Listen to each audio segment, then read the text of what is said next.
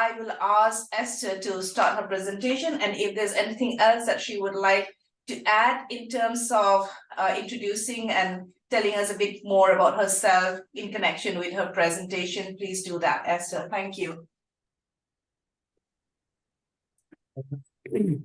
Greetings, can you hear me? Yes. Yeah. Greetings, everybody, and thank you so much for inviting me to participate in this series. Of course, it's not easy to say no to Marina, but we are sisters, so we can quarrel behind the scenes. She knows how to chase me. I cannot hide, whether I can maybe hide underwater, but as long as I'm on earth, I can't hide from her. And she knows my circles very well. So thank you so much, Marina, for the introduction and for the opportunity, at least, to share some thoughts this morning. I talk about Quakers because I was born and raised one. My grandmother particularly had a lot of influence on work because I continue to do work with them in various ways, and part of the just following up particularly the work that women do, because my interest is really on women. So I speak to that this morning, and then we can continue the discussion. So I entitled my talk as Quakerism in Kenya, a woman's movement, because over the past few months, a year or so, I've had to look at 4 books that came out, an article, an old article, and 3 other books. And all of them were around women. And I do enjoy, I love,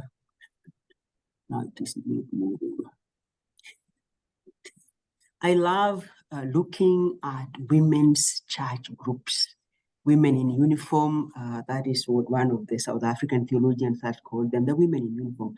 I love looking at their pictures. I love following their work, and particularly following works of whether they are Mothers Union, they are Women's Guild, they are from the African Instituted Churches, they are from Methodist Society, they are Quakers. I just love those big groups. I love joining their meetings, and I do work with them in varied ways, especially those that allow me to speak.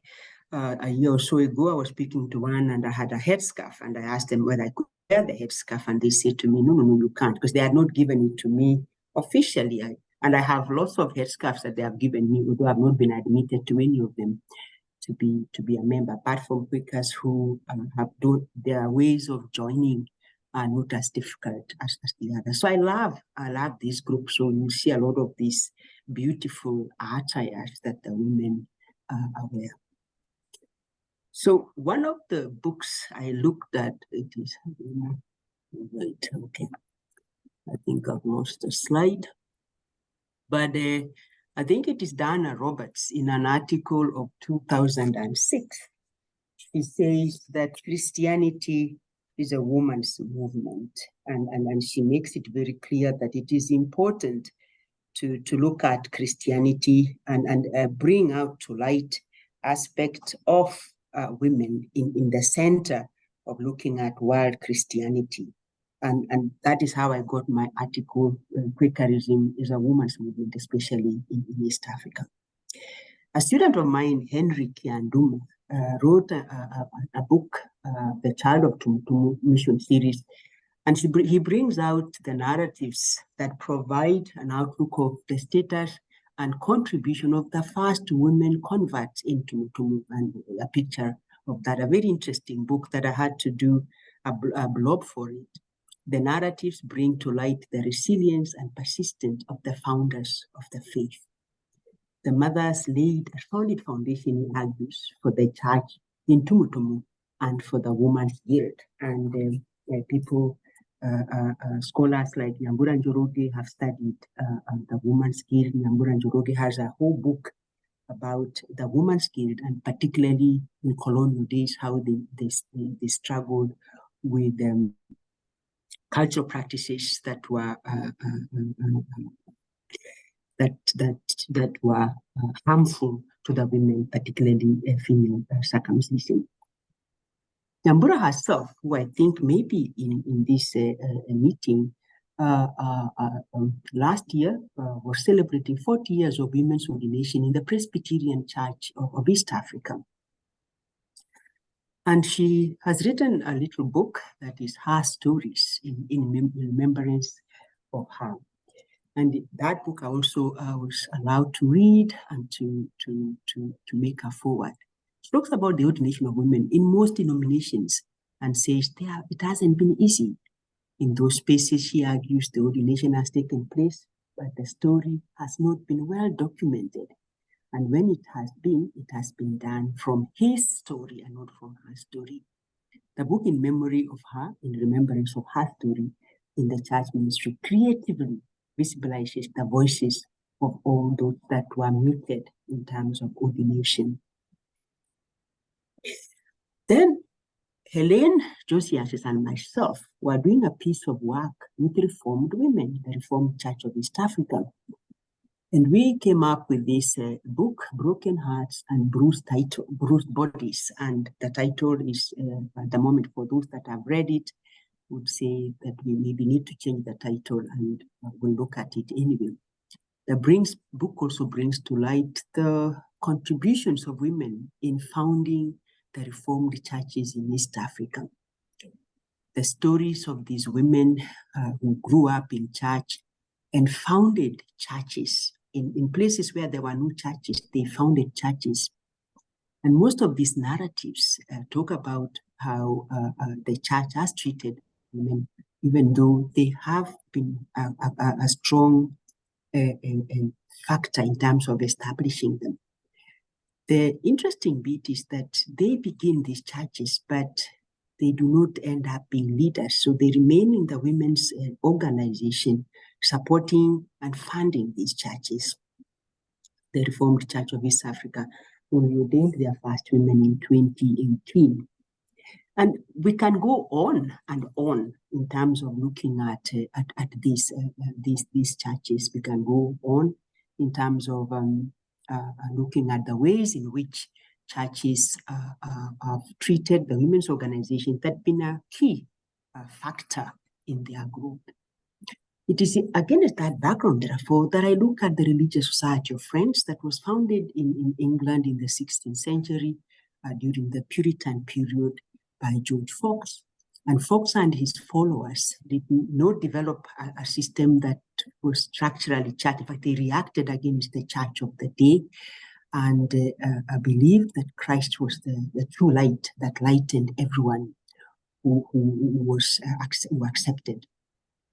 The Quakers became very distinct from other Puritan groups in terms of being anti-dogmatic, anti-clericalism, and anti-politics, and then egalitarian. These are some of the features which made them distinct and made them to accept the ministry of women very, very early on. So Quaker women preached, they published tracts, and they had itinerant ministries, both in Europe and later in America. So I grew up in a home that I knew Margaret Fell, I knew Elizabeth Horton, I knew Mary Dyer, as people who went about speaking about Quakerism. And in fact, when you study it carefully, you realize it became a movement that was taken about by women and not largely by men, but by women as itinerant preachers. So the story of Quakerism from Britain to America underwent many changes, and the rise of the 18th century evangelicalism, which associated partly with the Wesley brothers, affected American Quakerism that led to a series of divisions. And out of those divisions, we had Quakers that are known as programmed and others that are unprogrammed. And the programmed Quakers are those that have taken on structures or aspects of other evangelical churches. And these are the ones that you find in East Africa, a lot of them, not the silent Quakers, but the Quakers who quake. They sing, they pray, they preach, and do all that. So in worship, it is a structured service, although they would be egalitarian, non-sacramental, but would be very Christocentric. So Quakerism in East Africa came both from the UK. The UK Quakerism is one that worked among the liberated slaves in the coast of East Africa, slavery that went on between East Africa and the Middle East. And then later the American Quakerism that has produced many members that worked in the interior of East Africa. Statistics then show that half of the Quakers in the world are in Africa, and most of them in East and Central Africa, Central and Southern, and one or two in West Africa. Africa houses the different traditions and programmed evangelical, and the majority are evangelical Quakers who are in East Africa. And those that are in East Africa are evangelical, Christocentric, and Bible-centered, hence different from other groups, but relate with those groups in one way or another. In fact, in one of the meetings, you find that the silent Quakers will see these ones as a sect, and the other ones will also say this is a sect. So who is a Quaker and what defines the Quaker? While they'll take on the major aspects of peace, integrity, equity, and stewardship of the environment as aspects that define them, but in terms of their structures of running services, they differ. So if I'm asked what is the face of Quakerism in East Africa, I'll tell you, it is this group. For me, this is the face of Quakerism in East Africa particularly. And these are the United Society of French Women. This picture for me was very interesting, that you have a whole group of women. They are having their parade into a space of worship. And then you have the men just walking outside. And if you see the men, they are elderly and very few, particularly. You see these images a great deal in East Africa. So the face of Quaker church in East Africa for me, and the Quakers in Kenya would refer to themselves as a church, not as a meeting like the others in Europe for that meeting. I've said that in my title I put on prayer. And this is one of the images I use, that is the society of women that are in one of their national prayer meetings. And you see them in white and leaving themselves loose to pray in the field. And we'll see what are they praying about and how are these prayers influential. And we see that a lot they do it quarterly. And you see a lot of this, and they'll go in droves with vehicles, buses coming from every part of Western Kenya to one particular spot where they are praying. You see women planning, women raising money, women supporting each other to attend the prayers. One of the pieces I'm working on now is asking individuals, why do you go to these prayers? Why don't you miss? You are always going, and I'll find out maybe the reasons why they go. So 1902, Quakerism begins in East Africa. The 3 men and 1 woman arrive and use the first railway train, the train from Mombasa to Kisumu. They land and they are established in Kaimosi.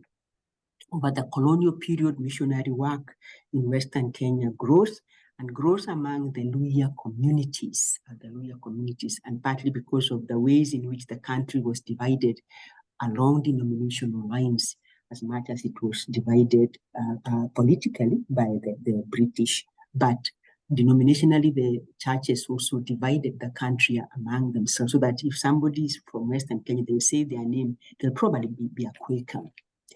The work was done through the establishment of schools, hospitals, and different forms of industrial training.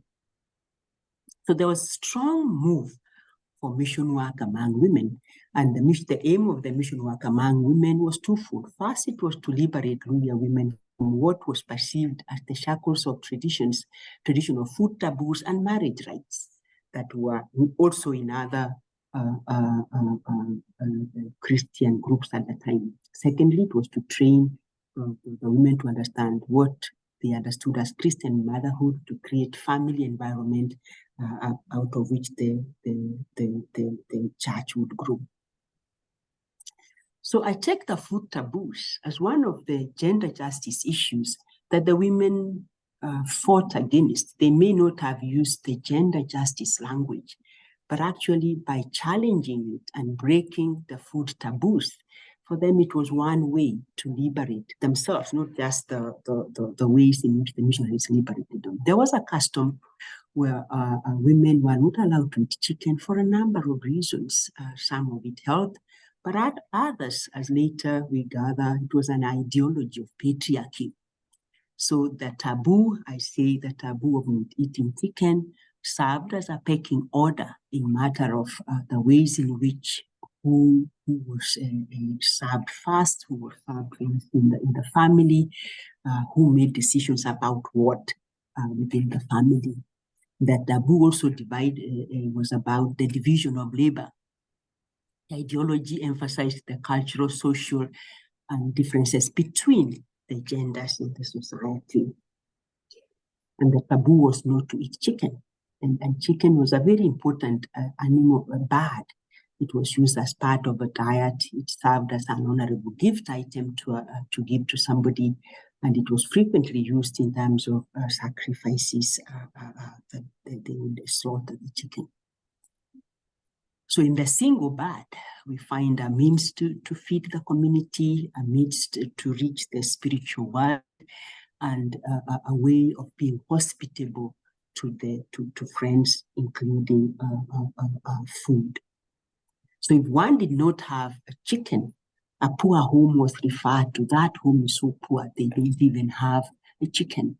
So if you are regarded poor, it means you didn't have any. So it was a very important. And then it was also known that if you had one chicken, it means that you got more, and then you could get a goat, a lamb, or a cow. So a chicken was also the beginnings of dealing, of acquiring wealth. So if somebody didn't have, that person was very poor. The jokes would be if somebody say that home is so poor, they don't even have a chicken. So women were not supposed to rear the chicken, but they were not supposed to eat. It was a taboo for them to eat it. And in the pretext that if they did it, they would not get married. So Quaker missionaries, when they came, they viewed this as a tradition that was just diet, and women were denied food. And they began working with women in view of doing away with this practice. And you find in their letters, their practices in this country, among this tribe that deny women some forms of food. And so they began talking about it and talking about the fact that there was no supernatural aspect, because they looked at it just as food. So one of among the first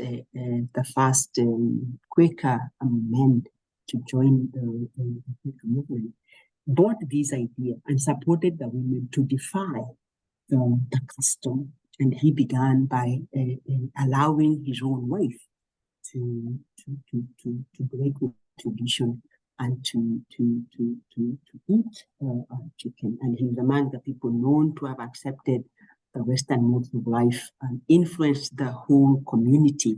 And we find that his wife also was influential in asking other women to break with this taboo.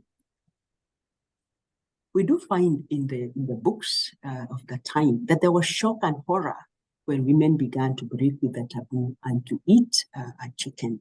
In one of the letters, somebody writes to a friend and says, "Look at all these women who have broken with the taboo." He's writing about the women in his village, and he said, "A woman do not take ingoko, but you have just been drinking ingoko soup."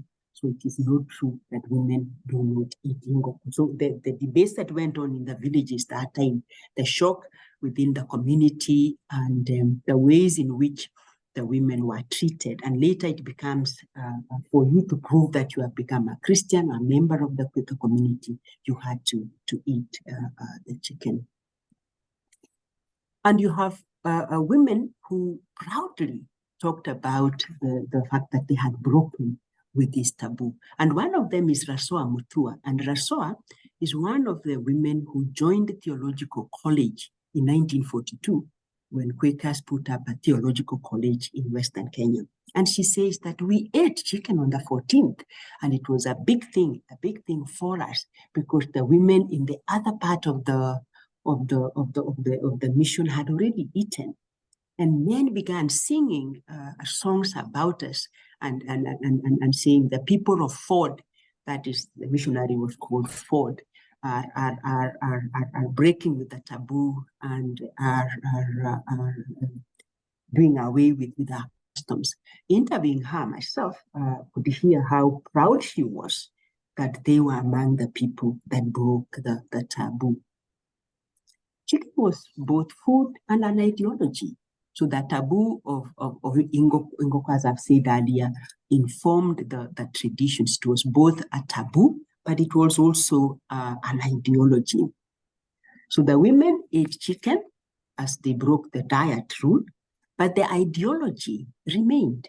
And one of the jokes my grandmother used to say is that we ate chicken, but we were never free, because the meetings or the churches have remained the spaces of jackets. For her patriarchy, she used jackets as a place of patriarchy. So the men succeeded in maintaining the philosophy and the ideology by actually ensuring that there was a part of the chicken that the women never ate, a practice that some women continue to keep today, and that is the gizzard, that only the man of the home will eat the gizzard. Some people keep it, others do not keep it. But for them, that was still a way to be in control. So the ideology remained. Among the first converts of Quakers in Western Kenya were women, and Maria Maraga was one of them. She joined the mission station against the wishes of her fathers. And she says, when I was a girl, I used to long to go to the school too. I could hear the boys singing and reciting, but my parents forbade me to go. Finally, after weeks, I determined I could just go anyway. So I rushed down and sat there on the earthen floor and tried to sing with them. Other girls joined me after that. And even though our parents beat us, we continued to go. That is according to Arthur Houghton. Maria's home became the first dormitory for the women in mission, and the dormitory served the community as places to introduce the Christian faith to the girls. And what he said about Maria as both an evangelist, as a coordinator, and as one became one of the early leaders of the United Society of Friends Women. Many of the early Quakers married women from her house, the women that she put together. So she was a light in terms of Quakerism in her community. She taught many things around marriage and around a family life. She was known for that. She's described as an exemplary mother with a gift of evangelism, and her whole life a testimony of her faith to the people around her. She understood her community well, and was able to demonstrate what it means to be a woman, a reader during her time. And readers were Christians, known as. So the early converts, the women early converts, began meeting for prayers. They had weekly prayers, weekly meetings for prayers and issues around discipline, about who was following the teachings well and who was not following the teachings well. So supported by wives of missionaries, the first women converts learned to read and to write. They formed midweek meetings, and the aim of these meetings was reading, Bible study, prayer, Christian family life, discipline of children, and practical skills like organizing kitchen gardens. By 1930s, the Quakers, the women did not only have the Thursday and Friday meetings that they called Alhamisi and Ijuma, but they already had a Sunday morning service where they led the service themselves. They spoke about they read the Bible and they led the liturgy, if I use that language. By 1944, the women are having regional meetings. In 1946, what we call East Africa Yearly Meeting of Friends, one of them, this a national organization at the time, now there are many, was formed. It was the Friends Africa Mission, gave authority to the Africans to start managing their issues rather than being a mission center. In preparation for this autonomy, the women ensured that they got a lectern for the church.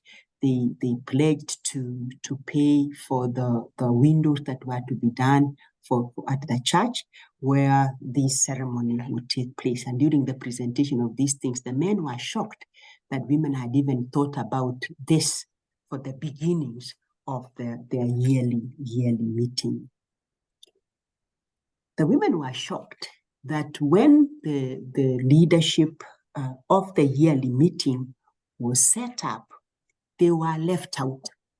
The men were chosen according to the ethnic community, so that every ethnic community was represented in the leadership of the autonomous yearly meeting. A few women were appointed to the board, some of the boards, women like Rasoa Mutua, the first theologian, Maria Tiamuga, who were among the first converts. And then the yearly meeting then formed a committee of women and chose leaders for them. The women were picked by this. They said, we've been part and parcel of you. We are supporting you. And then when the yearly meeting is created, you end up excluding us, not asking us to take part in the board of finance. That's one of the boards they wanted to be, because they knew they were raising money. Every midweek, they took offering on Sunday, and all this money went into the church. And they questioned, why are we not being allowed to participate in the leadership? Out of that, the women began agitating for their own yearly meeting. They decided we are going to have our room as well, because the Quakers in history have always had meetings, women's meetings are part of the Quaker movement. So in December 1952, the women took their first annual meeting, and it was attended by women from across the Quaker world in Western Kenya. In December 1958, when they met, men tried to come in and participate in the leadership, and the women clearly said they were told never to come back again. This is a women's meeting. With independence, the women begin to take part more internally and externally. So 1967, the women joined the International United Society of French Women, which was an American organization, although they themselves were also calling themselves the Society of French Women. The aims of women being separate and wanting their yearly meeting was, of course, to enlist and unite all French women in Christian fellowship and service, to work cooperatively with constituent yearly meeting associations and umbrella members at large, and to share in the mission of the church everywhere. They would tell you that the important thing that happened for them when they became independent, they were free to associate with others, other than going through their main college. Secondly, they were able to choose what to do for their annual conferences, so that it was not from the men to them, but they chose what they wanted to do.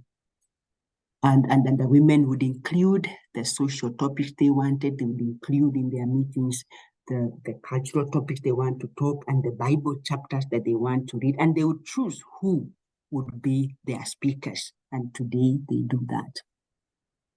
But most of all, most of those women would say, we got financial autonomy. We were to raise money for ourselves, to budget for our funds, and to choose the projects that we would be involved in. So it was really a sense of feeling we are free from being under the yearly meetings of the men. And thirdly, it was a way to visit some of the pertinent issues that were from the cultural contexts that had never been discussed in the main meetings. And one of these that really bothered them were issues around marriage rights. The fact that they had earlier on managed to break the taboo of food, while the ideology remained, they felt that issues around marriage, especially bride wealth, were important. And in 1965, there's a big meeting where they discussed this issue. But they realized that even if they discuss it, they cannot pass any resolution. During the missionary days, there was a resolution that had been passed on how many cows or animals a man had to pay for his wife. But they realized that whatever the number was, bride wealth was used to really press the women in as much as it was supposed to be something that empowered them. It wasn't. So 1965, in one of the conferences, they discussed this and they decide to write to the male yearly meeting to convince them that this needs to be done. And so I look at this in terms of social justice issues through prayer circles. Among the many things that the women have done is to form national prayer meetings. And these national prayer meetings, I call them social justice or justice through prayer circles. In a song that is a very common one, and it is a Luya song, it is Lisara Direta Mirembe, Prayer Brings Peace, is one of their theme songs in uniting them in prayer. And analyzing what it is about these national prayers, like this image that we see here, which was one early this year, is prayer as engagement with issues of social justice. So prayer for most of these women groups is not oriented to just feeling good. Through prayer, the women's groups, as groups and individuals, are dealing with issues that affect them in the community. So when you listen to the prayers themselves, if you are attending it, and I have attended quite a number of them, when you see the way they choose the theme of a prayer, you do realize that it is not just issues. In fact, you don't even hear about what is the right doctrine. It is like what is impacting on us and how do we talk about it in a space that is safe. And of course, prayer becomes a safe space to raise those issues and with all emotions that they come with. So this picture for me was very revealing in terms of women just sit and nobody's looking at you, but you just, you are let loose to pray. And there are loud spaces. You hear deep pain of crying, of talking about the issues that are challenging them as individuals or as a community or as a nation. I look again at these prayers and I look at them as prayer as persistent resistance to evil system. The Quaker Church in Kenya has been characterized by violent cases and such cases where men do not talk to each other. But women, men don't talk to each other because either they are fighting over some leadership positions. The two men who are fighting each other come from the different communities, but the challenge is that the women or the wives of even these men greet each other, visit each other at central places and begin to talk and to pray. In fact, long-standing prayers were about how do men unite. We may not bring them together to unite, they'll continue to fight, but we continue to show them that for us we are united and we are united to pray for peace. And you see that a great deal. Prayer as a way to engage with the suffering in the community. these women don't just pray, but they act. One of the communities that they run, and you can see here they have no uniform, but they have white hair caps, is a board of a community home where these women have showed their prayer in action. That's through prayer and action. The Society of Friends will empower individuals and create communities that grow themselves. They seek to empower the young, the vulnerable in the community. This is a community where they have HIV orphans, the women who struggle with violence are able to come there and get help. The street children are able to also find sources. Like this is Dorothy Selebwa, who is one of the leaders of the United States French women, and who is carrying a baby that was found thrown away. So Christian spirituality for these women is not correct doctrine, but a freeing service to the poor, the homeless, etc. But they tell you that we will practice the true religion of James 1:7, a religion where we take care of the needs of those that are vulnerable. I want to talk about the June this year. There was the national prayer. And I picked that partly because I was invited, but I wasn't able to attend. And the preacher was Edith Wekesa. And the reading, that is what I found interesting, was 1 Samuel 1:1-16. And it was about the story of Penina and Hannah and the prayers of Hannah and realities. In the piece that advertised the prayers, like the National Prayer Day at Tongaren, the unseen tears of a woman. That was the theme that was given to that. And my student researcher went and listened to the sermon and sent me this and said, these are the things that Edith Wekesa raised in speaking before releasing the women to find space in the big field to pray. And she interrogating and exploring the lived realities of the women. That is my title. And she talks about the pain of Hannah is like the pain of Quaker women today. And she goes on to say, the silent prayers of Hannah is like the silent tears that many married women shed due to the oppression from their husbands. Their troubled children, the burden of educating their children, who become a burden due to lack of jobs, failing exams, drug abuse, and broken marriages. The headaches that women in the Quaker church experience due to the leadership wrangles among the Quaker men who continue to fight. And this impedes women, doesn't help women to progress in their ministries. So when I look at that and I said to myself, if this is a space of silent prayers, this is a safe space for women to speak to God about their issues, that the preacher raises what is a lived reality of most of these women, a reality that they may not stand up and speak individually as a testimony, but a reality that they identify with and cry to God about. A snippet of what one of my students is trying to do with them is like saying, I go there because I find it a space I can unburden. I go there angry, tired.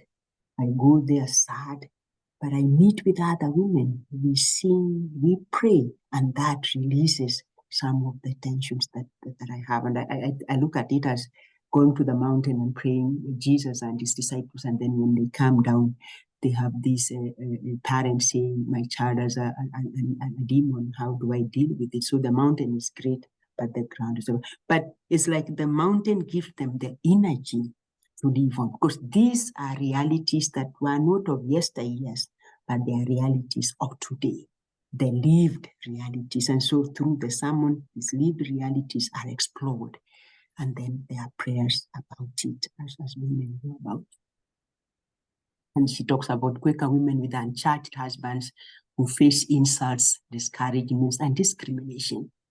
And she talks about Christian women to desist from being oppressors of fellow women, daughters-in-laws, or barren or widowed. So trying to say the realities of all have to be taken on board. And then she completes by saying, encourage women to silently pray, be patient and resilient, just like Hannah. God's divine intervention and victory will come. That is just one of the national meetings this year. There's one that is just happening now. Again, where you have drones of women who haven't looked at the theme. But for me, the themes are the lived realities of the women. And finally, I want to say that prayer as hope and renewal, where I look at these prayers is hope in the confidence expectation that is promised, and its strength is in God's faith. Hope provides the motivation to live, even in the face of a magnitude of issues today. Hope is about letting go of our desires and accomplishment. Hope is about giving up the temptation and human wish to control. So for me, these prayers is a place where they release themselves and have a hope of life rather than giving up, but a hope of continuous life. So I want to finish by saying that Dana Roberts says Christianity is a women's movement. I have shown that Quakerism in Kenya is a women's movement, and it is not just in terms of numbers, but on social justice issues. So from challenging taboos of food, questioning issues of bridehood, and praying prayer as resistant and evil, resistance of evil. I think I want to stop there and let me hear your comments. Thank you so much.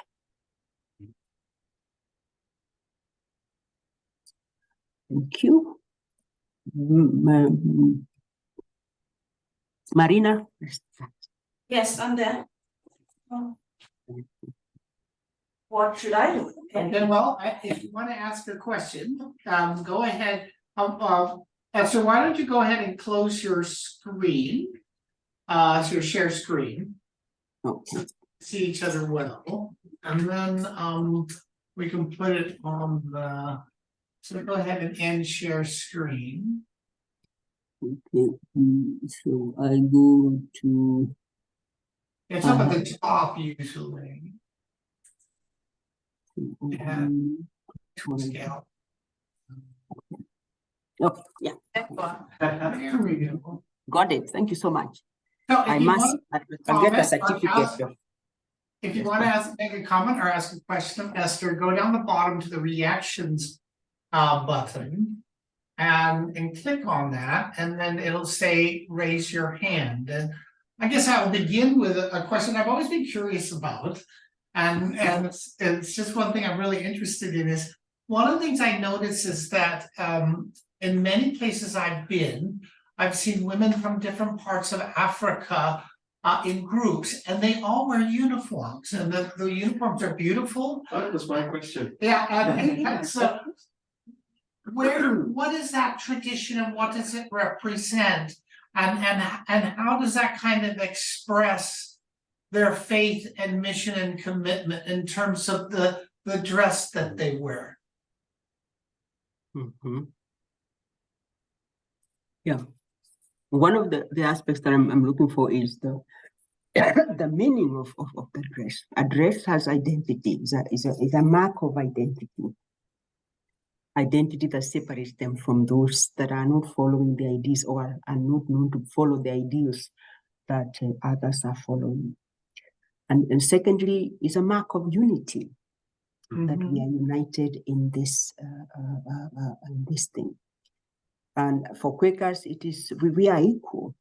That if we said each person comes up with their own dress, or there are those that can afford particular level of dress or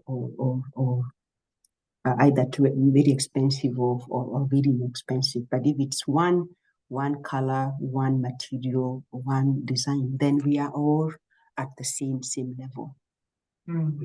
Does each person make their own, or is it presented? You not only find these uniforms on Christian women, but you also find uniforms among the different table banking groups, that they have a uniform as well as a mark of identity, as a joyous thing. Of course, one could also say that dress could be a mark of discriminating the others, because there are some groups that you have to go through certain rules before you wear the dress. But positively, it's a mark of identity, it's a mark of unity. And there are sometimes that dress can also be used by patriarchy in different ways. But for me, I look at it on the positive side as a mark of unity, as a mark of equality, as a way to say, I belong to this group, as a mark of identity. But maybe others have different ways of looking at it. Yeah. Just another quick question. Is it usually presented to the woman, or is it something they make on their own?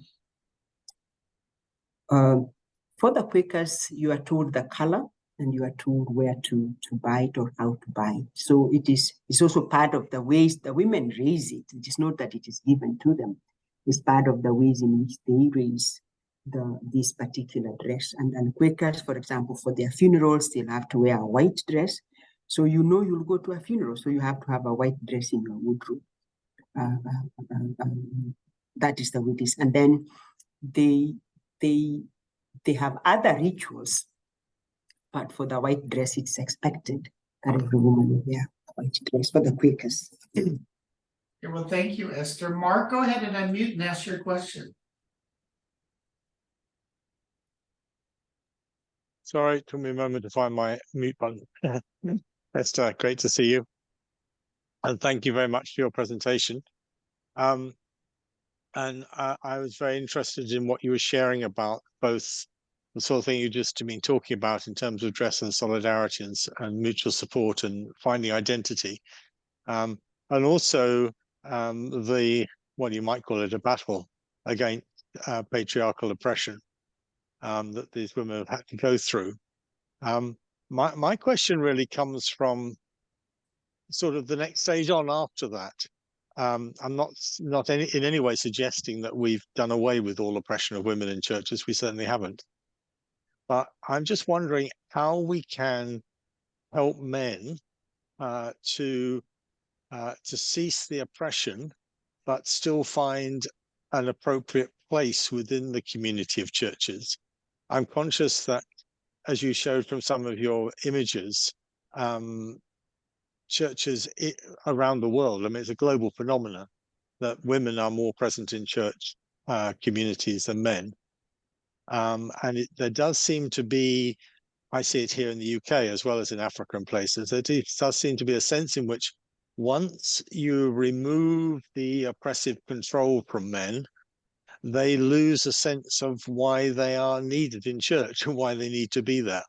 So how do we provide space for men and women to coexist in church and to work together and not to oppress one another? I think this is a research that all of us need to do.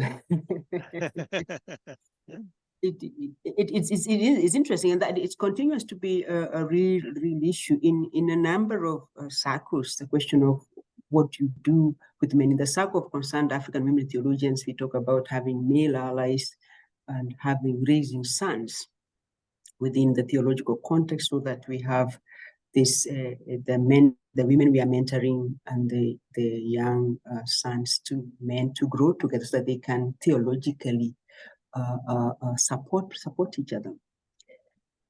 I think for these churches, when I ask the Quaker women at the moment, they continue to pray for them, but they also continue to invite them to their space, but on their terms. I see in the men trying to start doing activities like women to come together. So there's a way in which, there's a sense in which the men need to deal with themselves, first of all, Mm, mm. because the women cannot come in to deal with them. The men have to realize and recognize that they need to do something to recognize the oppression and also to start working on it. One of my students in a book that I wrote, If You Have No Voice, Just Sing, she says, the women come to church because they have not found a heaven. The men have found a heaven. That's why they don't come to church. They have everything. It is not true, but perhaps it's for the men also to realize that they need that space, not just for leadership, but just for their own growth, their own spiritual nourishment. So until they arrive to that, they may just they may continue to oppress, but the knowledge has to come from, the realization has to come for them. And you see, for women talk about male allies. Men never talk about female allies, and I've never known why. Yes. But it's how that realization has to come from the men. So I want to hear from the men, what is it that we can do? Thank you, Esther. That's very, very helpful. I must say, I do have some male allies here. Some of them are sitting in the seminar room, Marina, etc. Yeah. Mm-hmm. I think Mark should start us off though on things that men can do. I need to be given some time to research first, Tom. All right. John Patrick. Yeah, John, go ahead. Unmute.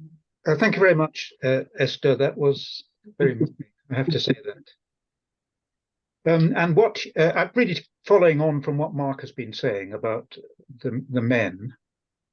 It's not just that the men are oppressive, but that they're also lost.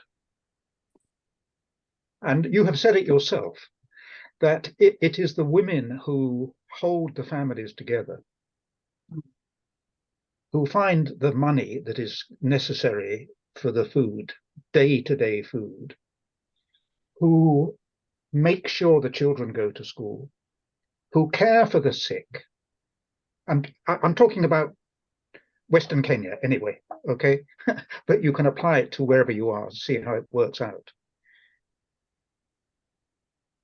And the men are lost in alcoholism, in a kind of endless political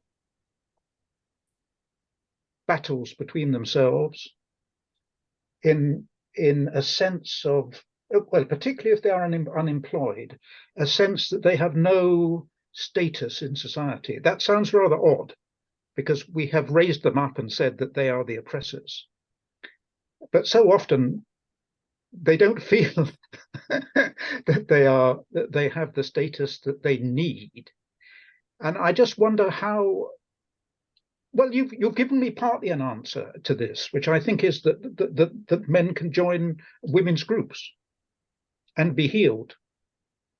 I just wonder if there is another way of handling it in addition to that. Dealing with the lostness of men, I think, is what I'm asking.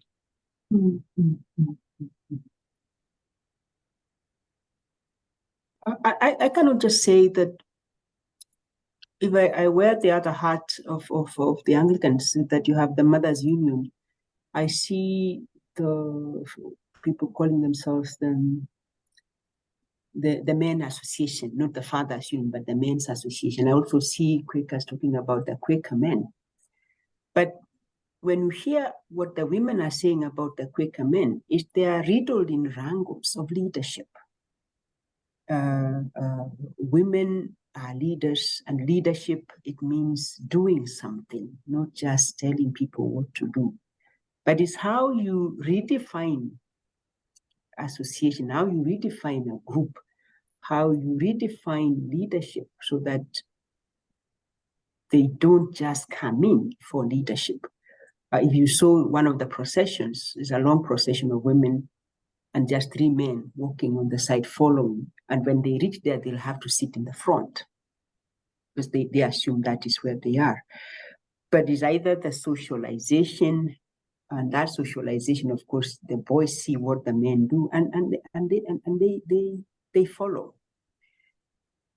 But it's actually seeing what the women are asking questions and hearing the brokenness of the women. Maybe that will also break. The men need to break up also to realize their lostness and cry about their lostness and find God in their lostness, because women are finding God in their oppressive situation. They run to God. They don't run to the men. They find the space. So how do men find a space to deal with that? And there are men who are not oppressive. I'm not saying that everybody is oppressive. You saw from Edith's speech in the last prayer meeting where she says women should not even oppress the other women. But I think in terms of ministry, women have taken on ministry in these churches much more than the ministry that men do of just leading and not leading in action. I'm not sure what I'm saying, but yeah, it's a constant struggle. It's a constant question. Thank you. Anne, go ahead and ask your question. Esther, thank you so much for your presentation. It was wonderful to hear what you've been involved with. I was very interested when you talked about the fact that the women weren't thinking about the theology or doctrine, but rather they were praying and doing something more embedded in their lived experience. I wonder if you could explain a bit more about that, because I'm fascinated to understand more about that aspect of what you were sharing. One of the divisions among churches has been these doctrinal issues, even among the non-sacramental churches, communities like Quakers. You talk about integrity, you talk about equity, you talk about stewardship, you talk about peace. Peace is very problematic. Quakers are supposed to be a peaceful organization. But in Kenya, John will agree with me that we have wrangles and wars and fights in those churches. So they are not a peaceful group. Now, women do not begin by defining peace, but they act peace, if that is a doctrinal teaching of the Quakers. So if you go to sacramental spaces, women don't begin by the Christology, the doctrinal Christology. Women will begin by the Christology of action, that Jesus lived as a human being on earth, Jesus walked, Jesus ate, Jesus fed, Jesus cried, Jesus listened. That's where the women come from. Their ministry is the ministry of crying, of listening, of feeding, of accompaniment, rather than whether the Christology is right or not. That is not what defines women. And the circle of concerned women, African theologians, have also discussed that Christology is not this high, lofty, omniscient aspects of Christology. It's the Jesus who accompanies us every day. So you will find that even in the preaching, it is not the right hermeneutics that may be defined theologically. It is the lived realities that determines how they interpret the text. And so for Hannah, the silent prayers of Hannah, for example, just somebody say, how do you just apply it? But women read the stories and they see themselves in these stories. So scripture becomes alive. So we may be talking about Bible-centeredness, maybe in terms of our morality. You know how we are divided about morals on what the Bible says and what the Bible doesn't say. The women don't begin from what the Bible says and what the Bible doesn't say.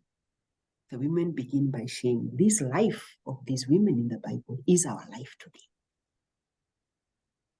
And when you begin from there, you don't begin with the divisions. You begin with the tears, because if Hannah was crying, we are crying today. She may have been crying for a baby. I'm crying for a baby.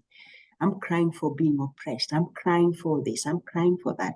So beginning from where people are is what I mean by not having whether the doctrine is right or not right, but what is this life about and where is God in this life?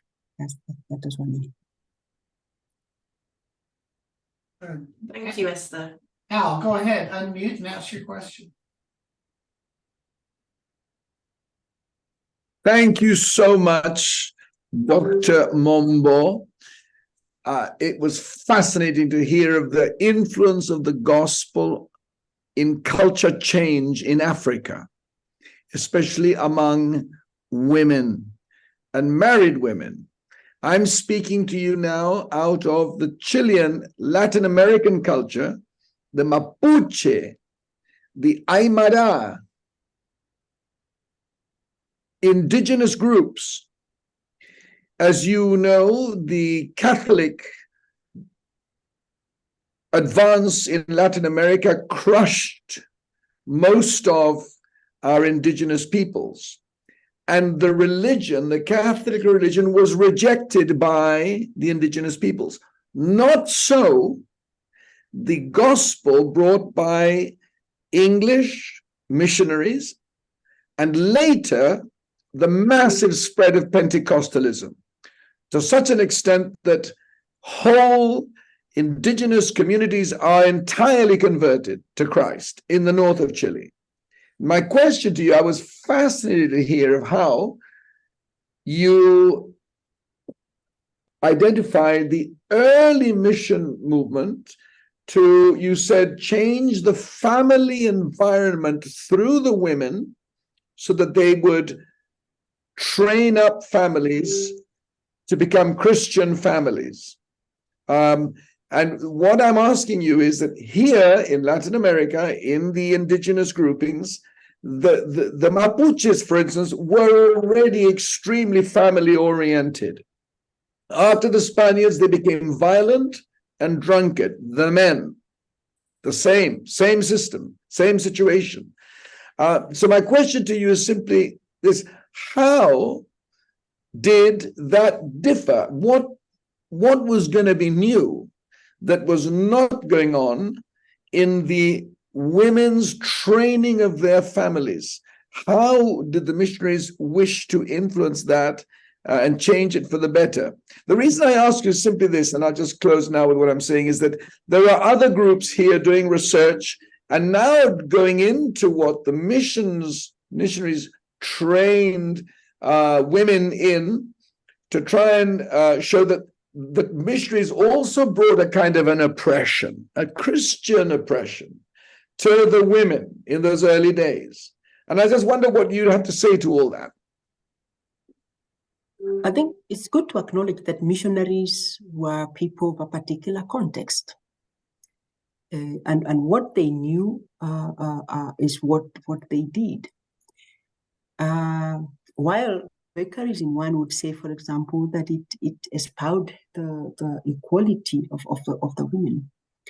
The women missionaries were not equal with the male missionaries. A missionary was the man. That was clear. However, the challenge of the time was the colonial and missionary movement. Society was changing into something else. So when my grandmother, for example, says that while we broke with the taboo of eating chicken, we ate it as diet, but the ideology of patriarchy remained. Women have talked about a triple patriarchy, a patriarchy that was in African indigenous religion. However, one would say the division of labor during in those days was for the growth of the community. But the missionary movement, with the Christianity, commerce, and civilization, we begin to see that the roles are viewed differently. The roles are economized. So the men go out to get money, and they have more power because now they have money. So the women have managed to navigate both the indigenous patriarchy, the Christian patriarchy, and the colonial patriarchy. But I don't think the men have been able to acknowledge all the patriarchies or navigate around it. So I see the changing species of women. I see my grandmother who understood patriarchy in one way, and understand my mother who understood patriarchy in a different way, and I understand and in my context, the patriarchy in another way. How do the women navigate? So these women groups, all I can say, have not defeated patriarchy, but they've been able to navigate around it and to continue to do ministry. That for me is the fascinating thing, that they haven't given up, but through navigation, they continue to do ministry, that they interpret the situations and are able to offer. So the gospel for them of liberation is, what does the gospel do in their living realities? Because somebody would say, but these women go back to the oppressive situations. Yeah, they do, because the system has no other outlet. But they are empowered from these meetings, sometimes to be able to speak about the oppression or to find other ways of managing the situations. Because society is still very, very patriarchal in many ways. So one has to look at the contexts and how the contexts have impacted the different. The fact that I'm able to speak about it now to you is a totally different context. And I would say there were positive things of missionaries, and they did what they knew at the time. And we know differently now. Because for the African women, these women that you see, they were able to hold on the patriarchal society of indigeneity and the missionary patriarchy and the colonial patriarchy, and having been able to still continue to do ministry in those contexts. Thank you so much. It's fascinating. From Africa to Latin America, and it sounds like the name of a book, Triple Patriarchy. Thank you very, very much. A concept I've never thought of before.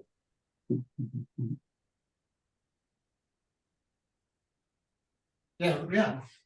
Thank you, Esther, for presentation. I just have a different question.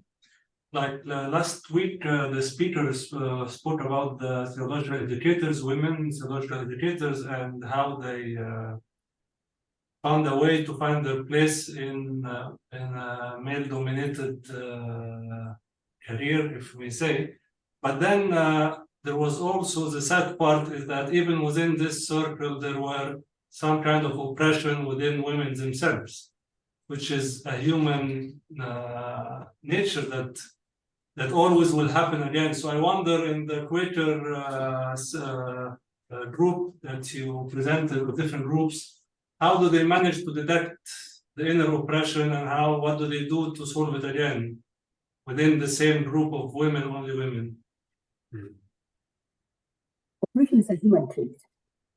It's not a male or female trait. It's human. All of us can use power in different ways. And I understand the circle very well in terms of oppression. I understand the circle very well. One of the joys for me is that these women are able to name it, to acknowledge it. So like in the last slide, I was showing how Edith, in her speaking, she says we should not oppress the other because they are widows or they are barren, they have no children. So for me, first is to acknowledge that there is, and we are capable of doing it. And by acknowledging it, then women are able to do things differently. So among this group, I know women who will accompany the other women because they have an adversity, like the marriage has come to an end, or they have no children. There's the sense of accompaniment. So I look for those positive aspects and capitalize on them. Oppression is a human trait, and it will be there. For me, it's the fact that the women can own it. They say it's possible to oppress. But the fact that you know it, then you should not do it. That's what I say. And then to not to oppress each other as the men also oppress you. So naming the oppression and looking for ways of not oppressing. And let's also agree that there is an intergenerational understanding that women of a particular period and younger women, how do they find ways of working with one another?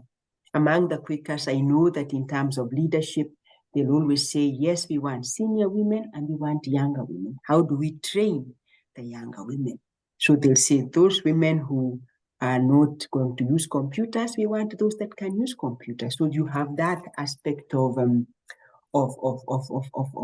not leaving others behind, but moving with them. And I see that happening in terms of the leadership of the women. And for Quakers especially, who do it themselves, they do not wish to be instructed by the men from outside.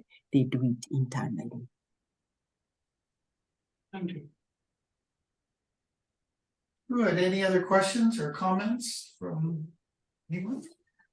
Yeah, go ahead. Yeah, Esther, it's not really a question, but I was intrigued by what you said about the women are able to negotiate the patriarchy from the missionaries, the colonial patriarchy that comes with it, and also the patriarchy within the traditional society.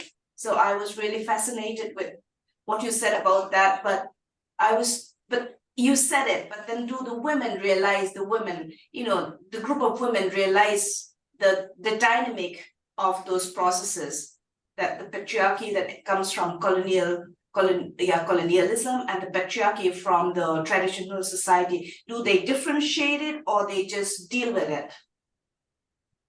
I think they notice.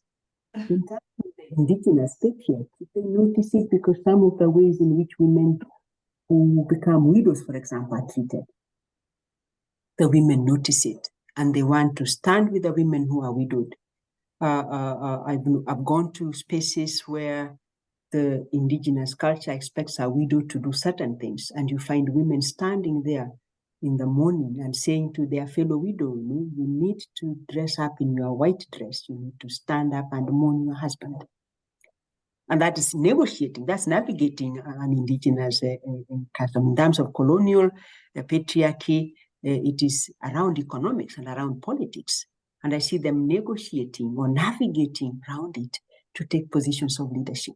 In terms of the ministries in the church, you find that the Quaker women do not invite men to preach to them. They just invite their fellow women to preach to them. They just say, this is our space, and we will understand each other. So they do realize that they are navigating. It's not that they are not aware of navigating. They do realize they are navigating. In 1967, when they saw the men don't come to our meetings again, it was standing up to patriarchy and saying, just stay out, stay clear of us. We will continue to work with each other and learn from us, but don't come to command us. So they do realize that they are navigating patriarchy. Yeah.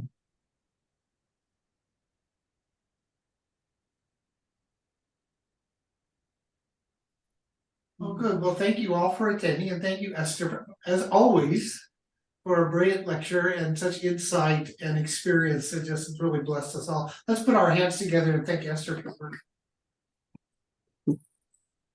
And of course, you're always welcome at OCMS. And we look forward to having you here once again. But anyway, blessings in the United States, wherever you're at, and continue to preach the good word there. They need plenty of good words. Thank you. And Thank you so much. And admonishment as well. Thank you so much. Thank you so much for the opportunity. Thanks. We'll continue to navigate and to share. Thank you. Bye. Bye-bye. Yeah.